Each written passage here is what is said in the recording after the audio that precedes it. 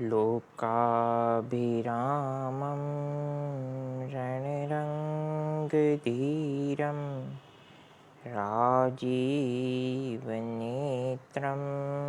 रघुवंशनाथं कारुण्यरूपं करुणाकरन्तं श्रीरामचन्द्रं शरणं प्रपद्ये। मनोजवं मारुततुल्यवेगं जितेन्द्रियं बुद्धिमतां वरिष्ठं वातात्मजं वानरयूथमुख्यं श्रीरामदूतं शरणं प्रपद्ये। अखण्डमण्डलाकारं व्याप्तं येन चराचरं तत्पदं दर्शितं येन तस्मै श्रीगुरुवे नमः। नारायणं नमस्कृत्य नरं चैव नरोत्तमं देवीं सरस्वतीं व्यासं ततो जयमुदीरयेत्। कृष्णाय वासुदेवाय हरये परमात्मने प्रणतः क्लेशनाशाय गोविन्दाय नमो नमः। प्रसन्नतां यानगताभिषेकतस्तथा नमम्लेवनवासदुःखतः मुखाम्बुजश्रीरघुनन्दनस्य मे सदास्तु सामञ्जलमङ्गलप्रदा। सीतालखन समेत प्रभु नीलजलद तन श्याम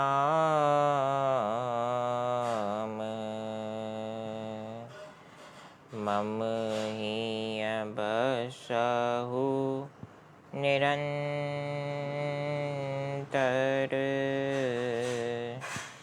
सगुण रूप श्रीराम। बोलिए सियावर रामचंद्र भगवान की जय। श्री बांके बिहारी लाल की जय। उमापति महादेव की जय। पूज्य सद्गुरुदेव पवन सुत हनुमान जी महाराज की जय। अपने अपने माता पिता गुरु चरणन की जय। आइए हनुमंत बिराजिए, कथा कहूँ मति अनुसार। प्रेम सहित गादी धरूं, पधारिए पवन कुमार। श्री राम नाम रसिक हनुमंत लाल जी महाराज की जय। दीना बंधु दीनानाथ, सबकी डोरी प्रभु तेरे हाथ। सीताराम सीताराम राम राम सीताराम सीताराम सीताराम राम राम सीताराम। सीता सीताराम सीताराम राम राम सीताराम सीताराम सीताराम राम राम सीताराम सीताराम सीताराम राम राम सीताराम सीताराम सीताराम राम राम सीताराम राधे श्याम श्याम श्याम राधे श्याम राधे श्याम श्याम श्याम राधे श्याम सीताराम सीताराम राम राम सीताराम सीताराम सीताराम राम राम सीताराम सीताराम सीताराम राम राम सीताराम सीताराम सीताराम राम राम सीताराम सीताराम सीताराम राम राम सीताराम सीताराम सीताराम राम राम सीताराम सीताराम सीताराम राम राम सीताराम सीताराम सीताराम राम राम सीताराम सीताराम सीताराम राम राम सीताराम सीताराम सीताराम राम राम सीताराम राम राम सीताराम राम राम सीताराम श्री राम राम सीताराम।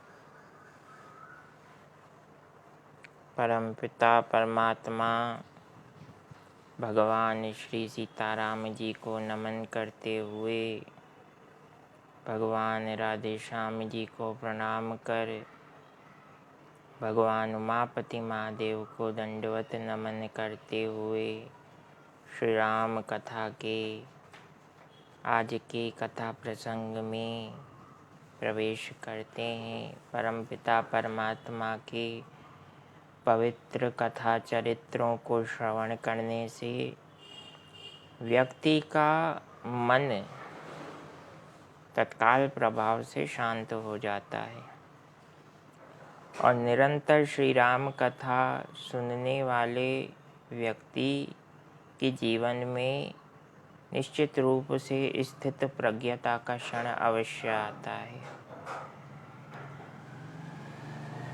हनुमान जी महाराज माता सीता से अनुमति लेकर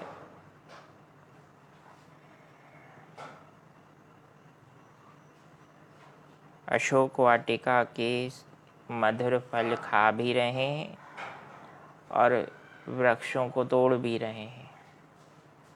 वृक्षों को तोड़कर एक दूसरे के ऊपर पटक रहे हैं, जिससे अशोक वाटिका देखते ही देखते विनष्ट होती जा रही है। रखवारे जब वर्जन लागे, मुष्टि प्रहार हनत सब भागे। हनुमान जी जैसे ही वृक्षों से फल खाकर एक वृक्ष को दूसरे वृक्ष पर फेंकते हैं, तो ऐसे अशोक वाटिका नष्ट भ्रष्ट होती जा रही है। रक्षकों ने जब देखा कि एक वानर इतना बलशाली कैसे हो सकता है, आश्चर्यचकित होकर रोकने गए हैं, तो मुष्टि प्रहार हनत सब भागे। हनुमान जी ने एक एक मुक्का प्रसाद स्वरूप रखवालों को मारा है, जिससे वे भयभीत होकर भागने लगे। क्योंकि साधारण वानर होता तो मुष्टि प्रहार तो करता नहीं। अब रक्षा करने वाले राक्षसों के मन में भय हो गया कि कोई देवता वानर का रूप लेकर लंका में आ चुका है और यह उधम कोई साधारण वानर नहीं मचा सकता। रावण के पास जाते रावण ने एक बार फटकारा, पुनः गए तो अपने पुत्र अक्षय कुमार को सेना की एक टुकड़ी के साथ भेजा, किंतु अक्षय कुमार को भेजने तथा मेघनाद को भेजने हैं तो दोनों रावण के पुत्र, दोनों स्थितियों में अंतर है। अक्षय कुमार को जब रावण ने भेजा है तो सुझाव देकर नहीं भेजा, मेघनाद को भेजा है तो उसे कहा मारे सी नहीं सुत बांधे सुताही।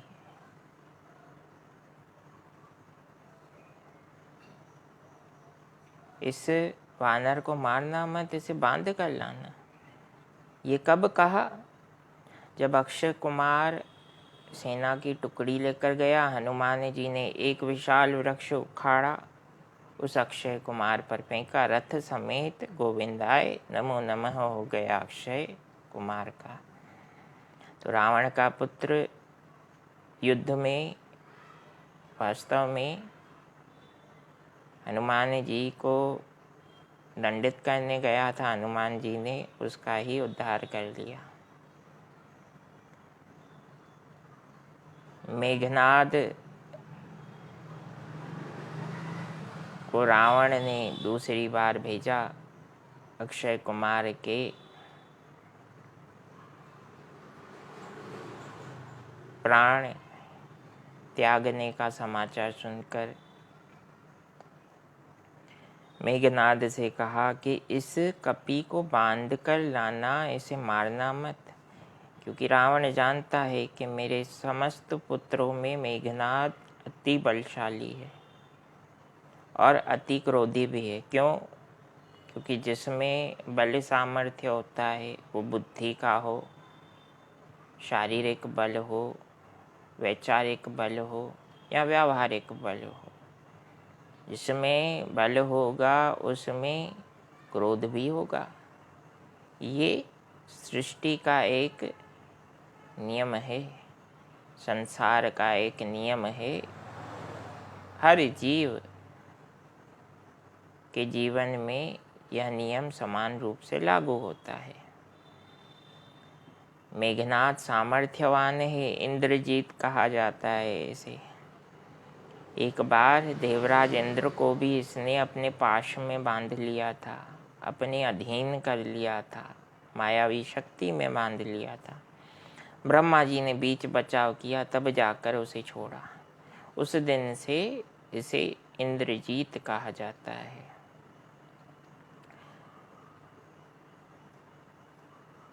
तो चला इंद्रजित अतुलित जोधा, बंधु निधन सुनी उपजा क्रोधा। मेघनाद को उसके पिता रावण ने कहा कि इस वानर को बांध कर लाओ, देखते हैं कहाँ से आया है और यह उत्पात क्यों मचा रहा है। तत्पश्चात निर्णय लेंगे कि इसका क्या करना है। पिता को प्रणाम कर मेघनाद आगे बढ़ा। अपने भाई के हताहत होने की सूचना सुनकर उसका क्रोध बढ़ने लगा। अभी आपने श्रवण किया, जिसमें बल होगा, शक्ति होगी, उसमें क्रोध भी होगा। अपने शक्ति सामर्थ्य को जब तक व्यक्ति उसका सदुपयोग नहीं करता, भक्ति मार्ग में नहीं लगाता, तब तक उसे क्रोध आता ही रहेगा। अपने संसारी शक्ति का सदुपयोग तभी जीव कर सकता है जब भगवत भक्ति करे। उसके अलावा जीव के पास और कोई विकल्प नहीं। मेघनाद हनुमान जी को देखता है, हनुमान जी मेघनाद को देखते हैं कि ये साधारण योद्धा नहीं लग रहा। हनुमान जी ने एक वृक्ष उखाड़ कर मेघनाद पर प्रहार किया। एक के बाद एक अनेक वृक्ष फेंके हैं, किंतु मेघनाद अपने धनुष बाण विद्या द्वारा हर वार को विफल कर देता है। हनुमान जी और मेघनाद के बीच में द्वंद्व प्रारंभ हुआ। मेघनाद ने कई शक्तियां छोड़ी हैं। अपने धनुष विद्या का एक से बढ़कर एक ज्ञानवान शस्त्र उपयोग किया है, किंतु जीते न जाई प्रभंजन जाया। पवन पुत्र को मेघनाद अपने वश में नहीं कर पाया।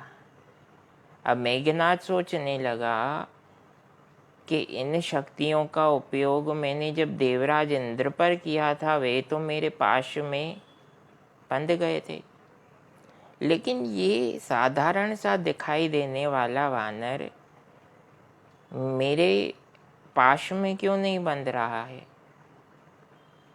पुनः दोहराऊंगा, जिसे शक्ति है, जिसे बल है, वो कार्य के दौरान क्रोधित होगा।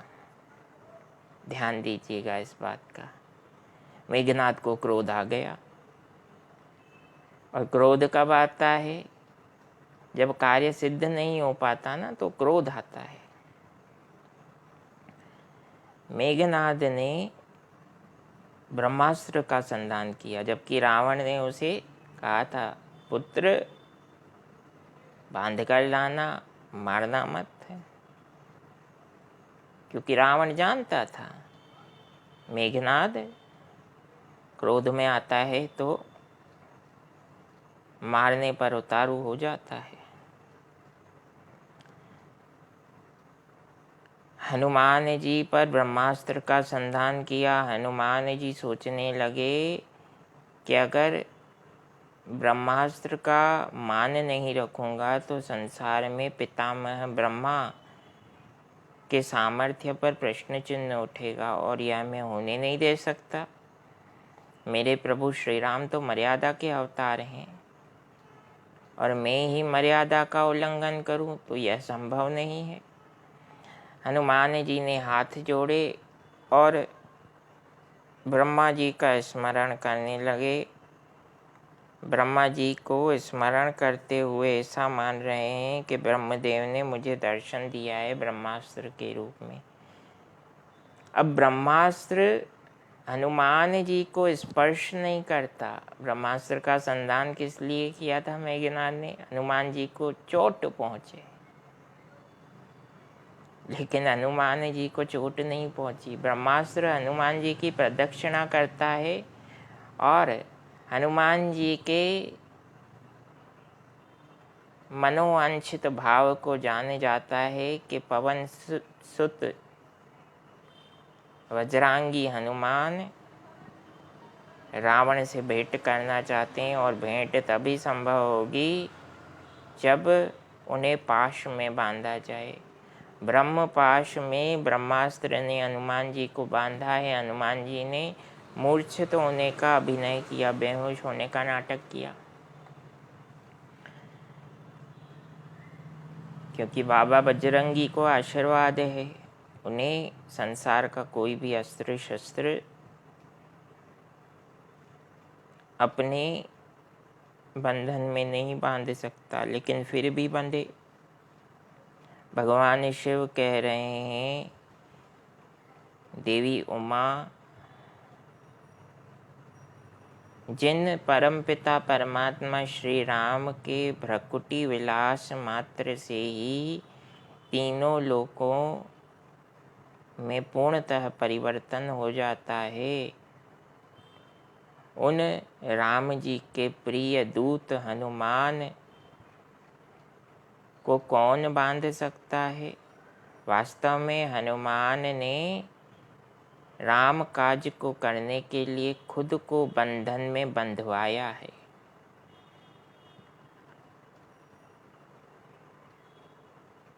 जिस प्रकार से माता यशोदा के लाख प्रयास करने के पश्चात भी भगवान श्री कृष्ण नहीं बंधे, लेकिन माता के प्रेम पूर्वक भाव को देखकर खुद को उखल से बंधवाया है। उसी प्रकार से हनुमान जी ने श्री राम काज को सिद्ध करने के लिए स्वयं को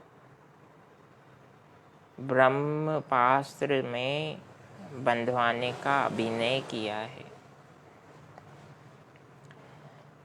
मेघनाद प्रयास करता है कि मैं इस वानर को ले जाऊं,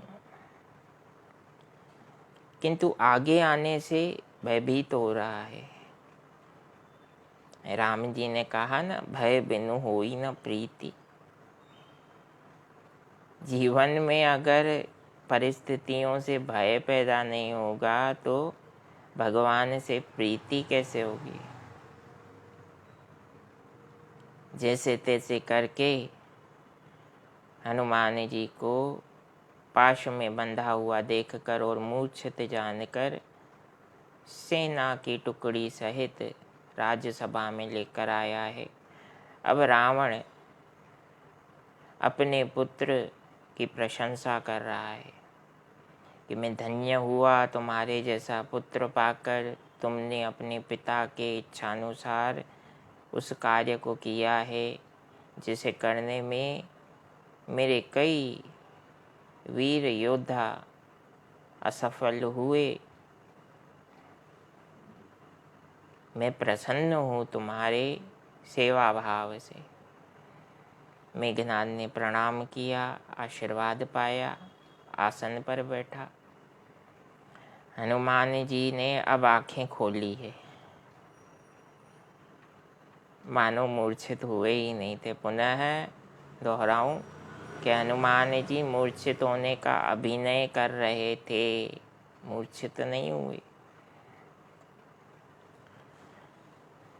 जय श्री राम के उद्घोष से रावण की सभा में सभासद के आसन हिलने लगे।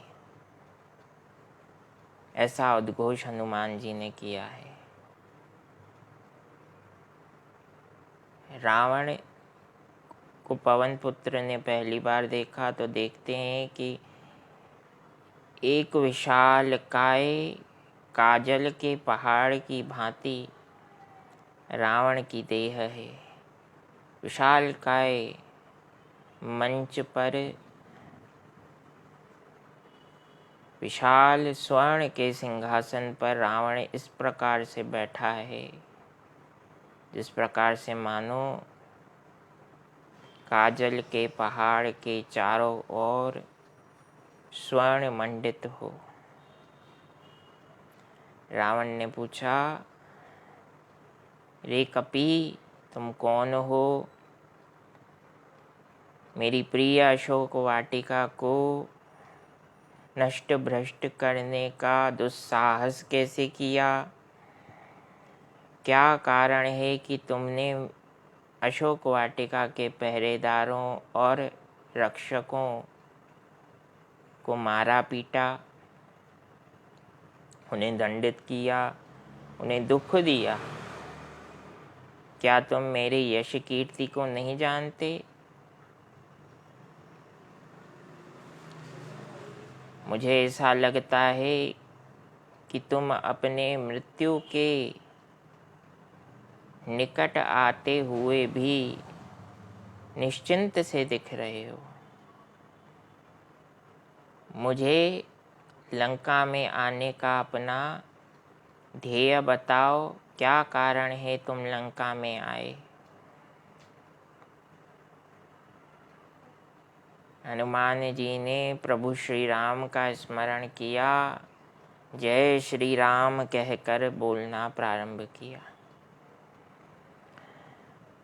सद्गुरुदेव पवन सुत हनुमान जी श्री राम कथा हर किसी को सुनाते हैं, किंतु राम कथा किसे, किस स्थान पर, कितनी और किस प्रकार की सुनानी चाहिए, यह अगर हमें समझना है तो हनुमान जी के व्यक्तित्व को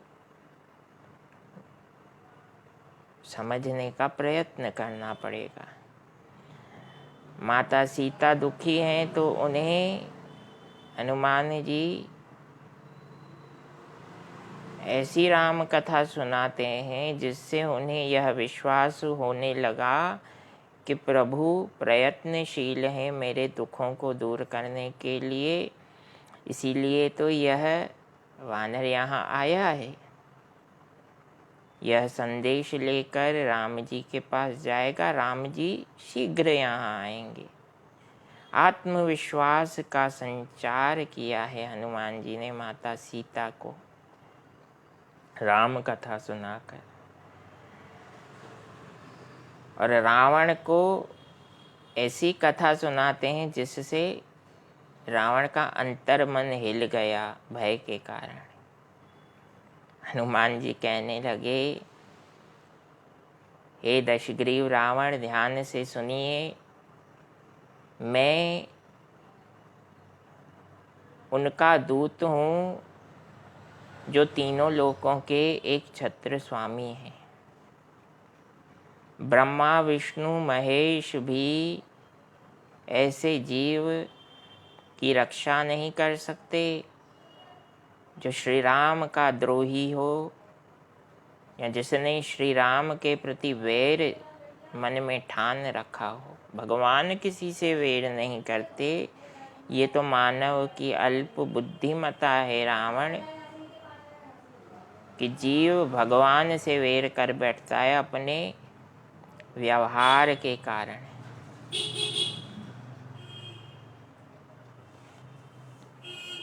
सुन रावण ब्रह्मांड निकाया, हे रावण ध्यान से सुनो, जिन्होंने इस ब्रह्मांड का निर्माण किया, जिनकी इच्छा से योग माया की उत्पत्ति हुई और जिस योग माया ने संसार को अपने सांसारिक माया जाल में फंसा रखा है, मैं उनका दूत हूँ, मैं श्री राम का दूत हूँ, मेरा नाम हनुमान है।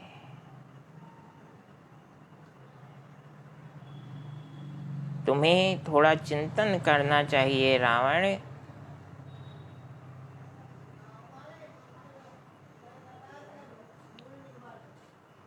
तुमने जो अपराध किया है उस अक्षम्य अपराध को केवल मेरे प्रभु श्री राम ही क्षमा कर सकते हैं। अपना नहीं, राक्षसों का नहीं, तो कम से कम अपने पूर्वजों की यश कीर्ति का तो ध्यान रखो।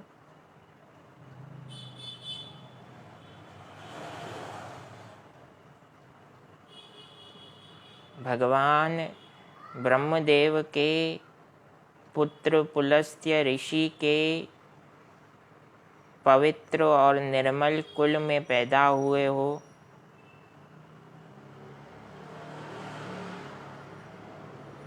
उनके यश का, उनके त्याग का तो सम्मान करो। पुलस्त्य ऋषि के पवित्र निर्मल चंद्रमा स्वरूप यश को अपने कुत्सित कर्म द्वारा कलंकित तो मत करो। मैं तुम्हें श्रेष्ठ उपदेश देता हूँ रावण, अभी भी समय बीता नहीं है। जीव जब अपने द्वारा किए गए अपराध का सच्चे हृदय से पश्चाताप करना चाहता है, तो उसी क्षण से उस जीव के लिए पश्चाताप के अनेक मार्ग खुल जाते हैं। किंतु तुम अपने अहंकार, अहम भाव, लोभ और क्रोध के अधीन होकर अपने ही राक्षस वंश का संहार करना चाहते हो। याद रखो, श्री राम से वैर करके तुम कभी भी प्रसन्न नहीं रह सकते। रावण तालियां बजाने लगा और अट्टहास करने लगा, ठहाके लगाता है, कहता है, देखा सभासदों, भगवान भोलेनाथ की कृपा से आज एक वानर भी लंकापति रावण को उपदेश दे रहा है। वास्तव में भगवान भोलेनाथ के रुद्र अवतार ही तो हैं हनुमान जी। इस रूप में भी आकर भोलेनाथ ने रावण को सत्य और असत्य का उपदेश दिया है, लेकिन जब हमने अपने मानस रोगों को अपना मालिक बना ही लिया तो हमारा हित कैसे हो सकता है। हित तो जीव का एक ही मार्ग से होगा, भरत जी के बताए हुए मार्ग से। भरत जी ने क्या कहा, हित हमार सीतापति सेवकाई। सीतापति भगवान श्री राम की सेवा ही मेरे जीवन का एकमात्र हित है। भगवान की चरण सेवा करना, भगवान के चरणों का ध्यान करना, भगवान के राम नाम का एकमात्र अवलंबन आधार लेना, और यह दृढ़ विश्वास रखना कि समस्त संसार एक और तथा राम जी का राम नाम एक और। फिर देखिए, असंभव सा दिखाई देने वाला आनंद स्वरूप मानव का जीवन कैसे संभव होने लगता है।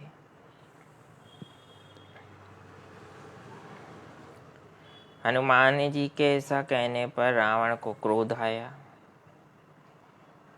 रावण कहता है कि मुझे उपदेश देने से अच्छा है अपने प्राणों की चिंता करो।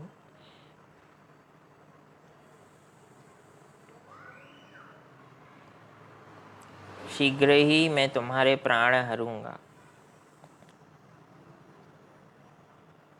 हनुमान जी ने मन ही मन कहा, उल्टा होई ही कह हनुमाना, मति भ्रम तोर प्रगट में जाना।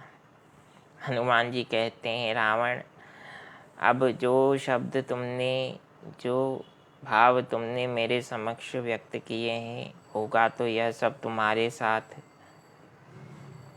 क्योंकि मैं यह जान गया कि तुम्हारी मति भ्रष्ट हो चुकी है। मति भ्रम तोर प्रगट में जाना। अब हम अपनी बुद्धि में भगवान गणेश के स्थान पर ब्रह्म को बिठाएंगे तो हमारा भला कैसे होगा। रावण ने कहा, कोई इस वानर को दंडित क्यों नहीं करता। उसी समय विभीषण सभा में आए हैं और हाथ जोड़कर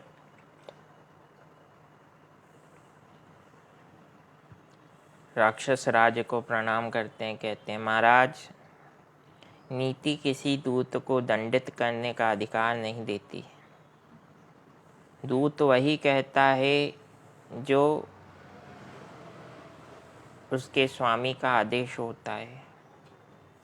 इसमें दूत का कोई अपराध नहीं। हाँ, आप अगर चाहें तो किसी हद तक सहनीय दंड अवश्य दिया जा सकता है। रावण ने कहा, हे सभासदों, भ्राता विभीषण का जो विचार है उसके अनुसार इसे सहनीय दंड अवश्य देंगे, और मेरे अनुसार वानर को अपनी पूंछ से बहुत प्रेम होता है। यह मैं आप सबको स्पष्ट रूप से बताता हूँ।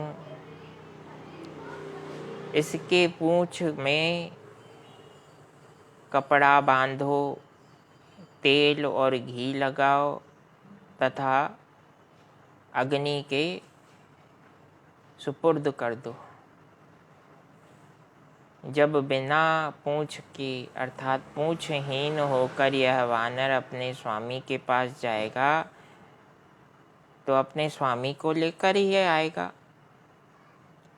फिर मैं इसके स्वामी तपस्वी को देखूंगा कि जिनकी इतनी बड़ाई कर रहा है वे वास्तव में इतने सामर्थ्यवान है भी या नहीं।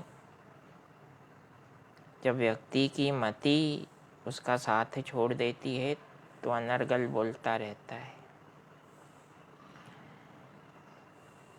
हनुमान जी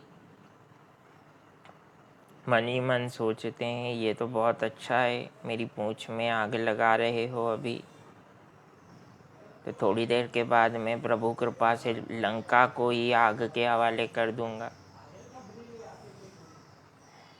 अभी हंस लो, बाद में रोना पड़ेगा। इसीलिए बार बार श्री राम कथा में कहा जाता है, जो दूसरे पर बेवजह हंसता है उसे रोना पड़ता है।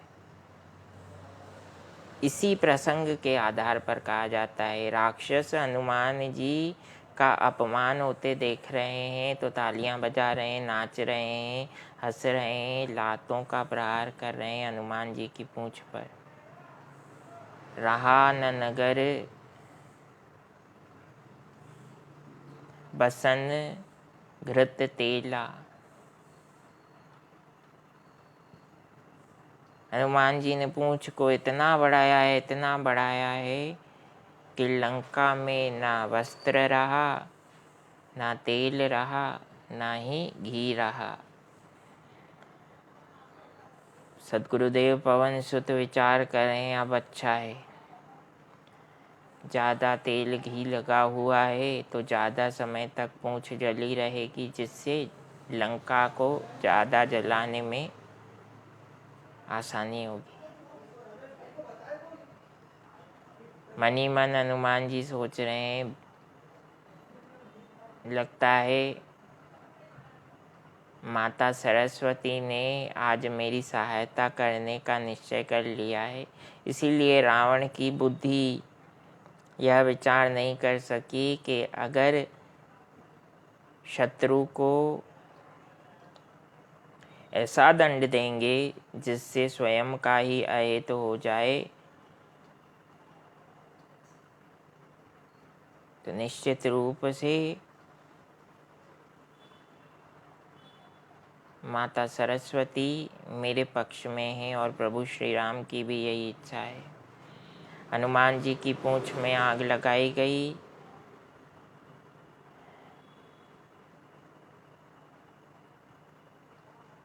तेहि अवसर प्रभु प्रेरित, चले मरुत 49। अट्टहास करि गर्जा कपि, बड़ी लाग आकाश। हनुमान जी की पूंछ में जैसे ही आग लगाई गई तो श्री राम कृपा से 49 मरुदगणों ने हवा का रुख, वायु के प्रवाह को इस ओर बदला है कि हनुमान जी के अन्य अंग तथा पूंछ में अग्नि ना फैले और लंका सहज रूप से जलने लगे। हनुमान जी ने अपने स्वरूप को छोटा किया और अटारियों पर चढ़ते हुए एक एक करके जय श्री राम, जय श्री राम, जय श्री राम, लंका के हर एक भाग को अग्नि के सुपुर्द कर दिया। हनुमान जी बाहर आए हैं, लंका के समक्ष एक पर्वत पर खड़े होकर देखते हैं तो क्या दिखाई दे रहा है कि लंका में अग्नि तो फैलती जा रही है, किंतु अग्नि जितना फैल रही है लंका की चमक उतनी बढ़ती जा रही है। इसका क्या अर्थ है? इसका अर्थ स्पष्ट है।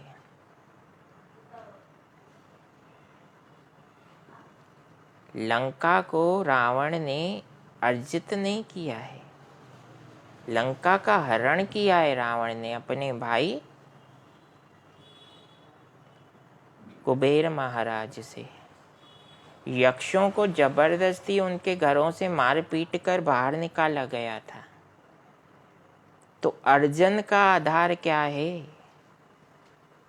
अर्जन का आधार अगर परिश्रम है तो उसमें तो राम जी सहायता करेंगे, किंतु अर्जन का आधार अगर बलपूर्वक हरण है तो फिर उसमें तो परिणाम भोगना पड़ेगा। हनुमान जी विचार कर रहे हैं, उसी समय श्री राम प्रेरणा से उन्हें ध्यान आया कि मैंने यह सुना था जामवंत जी से कि रावण ने अपने बंदी गृह में समस्त देवताओं को बंदी बना कर रखा है। क्यों ना देवताओं को उस कष्ट से मुक्त किया जाए। कारागार से सभी देवताओं को मुक्त करवाया है। सभी ने हनुमान जी का साधुवाद किया, अपने अपने लोकों में गए। शनिदेव हनुमान जी के सामने आते हैं और कहते हैं, हनुमान आप यही विचार कर रहे हैं ना कि रावण की लंका में जितनी अग्नि बढ़ रही है लंका उतनी चमक रही है, सोने की लंका है। ये इसीलिए चमक रही है क्योंकि इस पर अब तक न्याय करने का अवसर मुझे नहीं मिला। शनिदेव न्याय के देवता हैं, शनिदेव से दंड नहीं मिलता। हाँ, जो पाप करेगा उसे दंड मिलेगा, जो पुण्य करेगा उसे भयभीत होने की आवश्यकता नहीं। शनिदेव ने कहा रावण ने बहुत पाप किए हैं, अभी इसकी लंका को उसका दंड मिलेगा। जैसे ही न्याय के देव शनिदेव ने अपनी दृष्टि लंका की ओर की है, लंका काली पड़ गई। अर्थात व्यक्ति भी अपने जीवन की वास्तविकता को स्वीकार करे तो उसका ही भला है। लंका एक बार जली, काली पड़ी, तो फिर से वह पहले जैसी नहीं हो पाई। तो मानव की देह तो नश्वर है, वो पहले जैसी कैसे होगी। Live in present, enjoy each and every moment what you have in your present life, because you are very lucky. Many people exist in this world. They terribly face a lot of trouble in their life, but after that they have a hope that one or another day we will see happiness, we will enjoy peaceful life in our life circle. दुखों से जो ठोकर खाई न होती, दुखों से जो ठोकर खाई न होती, तुम्हारी मधुर याद आई न होती, तुम्हारी मधुर याद आई न होती, दुखों से जो ठोकर खाई न होती, दुखों से जो ठोकर खाई न होती, तुम्हारी मधुर याद आई न होती, दुखों से जो ठोकर खाई न होती। जब दुख जीवन में आता है तब ही राम याद आते हैं। बंधुओं, बार बार क्यों सचेत कर रहा हूँ मैं आप सबको। हर क्षण को प्रभु प्रसाद मानकर जिए। संसार की सबसे बड़ी जड़ी बूटी, सबसे बड़ी दवाई अगर कुछ है वह है राम नाम। गोस्वामी तुलसीदास जी कहते हैं कि अगर जीव को प्रसन्न रहना है, आनंदित रहना है, निरोगी रहना है और शतायु रहना है तो उसे क्या करना चाहिए?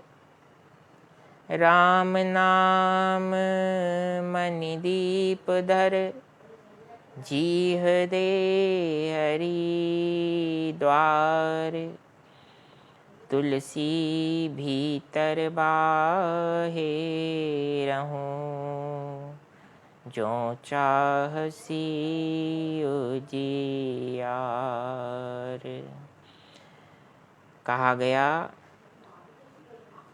कि भगवान श्री राम का नाम उस दिए की समान, उस दीपक के समान है जिसे अंधकार के समय घर की दहलीज पर, द्वार पर रखा जाता है तो प्रकाश घर के भीतर भी आता है, घर के बाहर भी आता है। तो प्रभु श्री राम का नाम इसी पवित्र दीपक की भांति है। जब जिह्वा रूपी, जीभ रूपी दहलीज पर हम राम नाम रूपी दीपक रखते हैं तो उसका प्रकाश, ज्ञान हमारे अंतर्मन को भी पवित्र करता है, अंधकार को, भय को दूर करता है, मानस रोगों का नाश करता है तथा बाहर भी हमें मन की स्थिरता, स्वस्थ जीवन और आनंदित भक्ति भावना प्रदान करता है। जीव को 2 गुण अवश्य सीखने चाहिए और उसे प्रैक्टिस में लाना चाहिए। एक तो शांत रहने का और दूसरा क्षमा करने का। क्षमा जिसे इंग्लिश में फॉरगेट कहते हैं, फॉरगेट। क्षमा करो मतलब भूल जाओ। भूल जाने का अर्थ है जितना श्री राम कृपा से अपनी बुद्धि से जान पाते हैं। फॉरगेट का अर्थ है एक बार माफ़ किया तो उसे भूल गए, व्यक्ति को ही भूल गए, क्योंकि वो समय बड़ा कीमती है। जो आपका सम्मान नहीं करता वो आपके राम का सम्मान कैसे करेगा, क्योंकि आपके मन में तो आपके राम बैठे हैं ना। सिमिलरली जो आपके भगवान श्री राम का सम्मान नहीं करता वो आपका सम्मान कैसे करेगा। तो दोनों ही बातें सम्मान है। भक्त के मन में भगवान और भगवान के मन में भक्त का वास होता है। हनुमान जी देखते हैं कि लंका काली पड़ने लगी। शनि देव को हनुमान जी ने प्रणाम किया। शनि देव ने अपने शनि लोक की ओर प्रस्थान किया, धन्यवाद कहकर हनुमान जी को। पवन सुत अब विचारते हैं कि पहले इस अग्नि को शांत करें।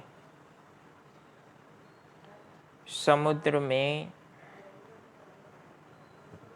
पूंछ में लगी अग्नि को शांत किया।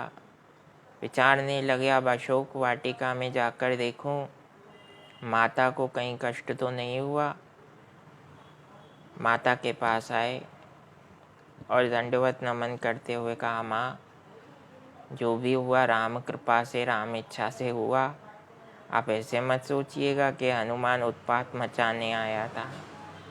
नहीं, मैं अपनी इच्छा से कभी कोई कार्य करता ही नहीं। मुझसे राम जी जो करवाते हैं वही कर पाता हूँ। तो प्रभु की इच्छा से ही लंका जल गई। माँ आपको तो कोई कष्ट नहीं हुआ। माता सीता के शब्दों को ध्यान से सुनेंगे तो आपको श्री राम के नाम से प्रीति स्थापित करने में सहायता मिलेगी। माता सीता कहती हैं, पुत्र हनुमान, जिस प्रभु ने तुम्हारी पूंछ में लगी आग को भी तुम्हारी देह तक पहुंचने नहीं दिया, मैं तो उनकी शक्ति हूँ। वे उस अग्नि को मुझ तक कैसे पहुंचने देते। इतना दृढ़ विश्वास। इस प्रकार से हनुमान जी ने माता से कहा, माता अब विलंब नहीं करना चाहिए, मुझे आशीर्वाद दीजिए, सहदानी दीजिए। माता ने चूड़ामणि दी। माता से आशीर्वाद लेकर माता को धैर्य धारण करवाकर आगे बढ़े हैं। राम जी का स्मरण करके हनुमान जी जय श्री राम कहकर माता को प्रणाम करते हुए समुद्र लांघ कर जब यहाँ समुद्र तट पर पहुँचे तो वानरों ने उत्साह से आनंदित होकर नाचना प्रारंभ कर दिया। शेष कथा कल श्रवण करेंगे। कथा विसर्जन होत है, सुनहु वीर हनुमान, राम लक्ष्मण जान की, सदा करहु कल्याण। सियावर रामचंद्र भगवान की जय। श्री बांके बिहारी लाल की जय। उमापति महादेव की जय। पूज्य सद्गुरुदेव पवन सुत हनुमान जी महाराज की जय। अपने अपने माता पिता गुरु चरणन की जय। ओम नमः पार्वती पतये हर हर महादेव शंभु। हरे कृष्ण कृष्ण कृष्ण हरे हरे, हरे राम राम राम हरे हरे, हरे कृष्ण कृष्ण कृष्ण हरे हरे, हरे राम राम राम हरे हरे, हरे कृष्ण कृष्ण कृष्ण हरे हरे, हरे राम राम राम हरे हरे। पवन तनय संकट हरन मंगल मूर्ति रूप, राम लखन सीता सहित हृदय बसहु सुरभूप। दीनाबंधु दीनानाथ, सबकी डोरी प्रभु तेरे हाथ। इति श्री सीतारामाय श्री राधे कृष्णाय श्री गौरी शंकराय चरण कमलेभ्यो अर्पणमस्तु। ओम शिवाय नमस्तुभ्यं, ओम शिवाय नमस्तुभ्यं, ओम शिवाय नमस्तुभ्यं। ओम शांति शांति शांति।